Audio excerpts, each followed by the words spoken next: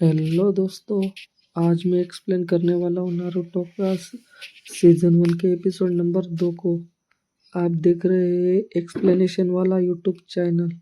मैं आगे भी इसे एक्सप्लेनेशन वाली वीडियो बनाऊंगा, तो ऐसे वीडियो देखने के लिए मेरे चैनल को सब्सक्राइब जरूर कीजिए। तो चलिए वीडियो को शुरू करते हैं।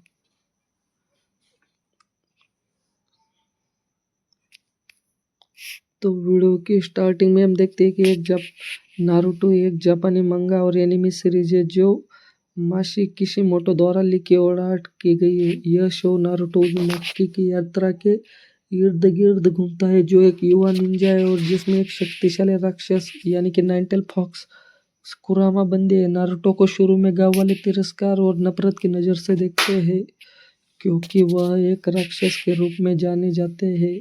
हालांकि अपने सपने को पूरा करने के लिए कठिन परिश्रम करता है। नारुतो और अपने दोस्तों उरुशाशियों के साथ मिलकर कई बड़ी चुनौतियों का सामना करते हैं। तो हम इस सीजन 1 के एपिसोड 2 में देखते हैं कि नारुतो के व्यक्तिगत संघर्ष और उसकी यात्रा को और भी गहरे रूप में समझते हैं। ये एपिसोड एक नए पात्र कोनोहामारू सारुटोबी का भी परिचय कराता है, जो भविष्य में महत्वपूर्ण भूमिका निभाता है। कोनोहामारू जो पहले से ही अपने जीवन में कुछ बड़ा हासिल करना चाहता है, नारुतो को अपना आदर्श मानने लगता है। इस एपिसोड में दो मुख्य पात्रों के बीच संवाद और संघर्ष को प्रमुख रूप से दिखाया जाता है, जो आगे चलकर एक मित्रता में बदलता है। कहानी का फोकस मुख्य रूप से दो पात्रों के बीच संबंधों पर है, नारुतो और कोनोहामारू। इसमें हम देखते हैं कि नारुतो एक लड़ाई में अपनी पहचान बनाने और अपने आत्मविश्वास को बढ़ाने की कोशिश कर रहा है, जबकि कोनोहामारू अपने जीवन में कुछ बड़ा करने की सोचता है और वह नारुतो को अपना आदर्श मानता है। एपिसोड की शुरुआत में हम देखते हैं कि नारुतो उज़ुमाकी अब तक एक सशक्त और भरोसेमंद निंजा बनने की दिशा में बढ़ चुका है। हालांकि शुरुआत में उसे गांव वाले अपनी पहचान नहीं देने के कारण तिरस्कार झेलना पड़ता है। नारुतो का जीवन कठिनाइयों से भरा हुआ है, लेकिन वह हार मानने वाला नहीं है। उसका सपना है कि वह होकागे बने, जो कि गांव का सबसे ताकतवर निंजा होता है। लेकिन वह जानता है कि इसके लिए उसे खुद को साबित करना होगा और लोग उसे सम्मान की नज़र से देखेंगे। जैसे ही नारुतो के जीवन के बारे में थोड़ा विस्तार से समझा जाता है, हम एक नए पात्र कोनोहामारू सारुटोबी से मिलते हैं। कोनोहामारू होकागे के पोते होते हैं और उनके पास एक बहुत ही अच्छा निंजा बनने का सपना होता है। हालांकि वह शुरू में किसी प्रकार की शरारती करता है और अपनी पहचान बनाने के लिए संघर्ष करता है। कोनोहामारू नारुतो को देखता है और महसूस करता है कि वह भी उसके जैसा एक बड़ा निंजा बन सकता है। इस एपिसोड का सबसे महत्वपूर्ण हिस्सा वह है जब कोनोहामारू अपने आदर्श नारुतो को देखकर उसे चुनौती देता है। कोनोहामारू सोचता है कि अगर वो नारुतो को हराता है तो वह अपनी पहचान बना सकेगा। वह पहले से ही सोचता है कि अगर वह एक बड़े निंजा की तरह काम करेगा तो लोग उसे सम्मान देंगे। लेकिन जब वह नारुतो से मुकाबला करता है तो उसे अपनी ताकत और सीमाओं का एहसास होता है। वह देखता है कि नारुतो के पास केवल ताकत नहीं, बल्कि उसकी मेहनत और आत्मविश्वास भी है।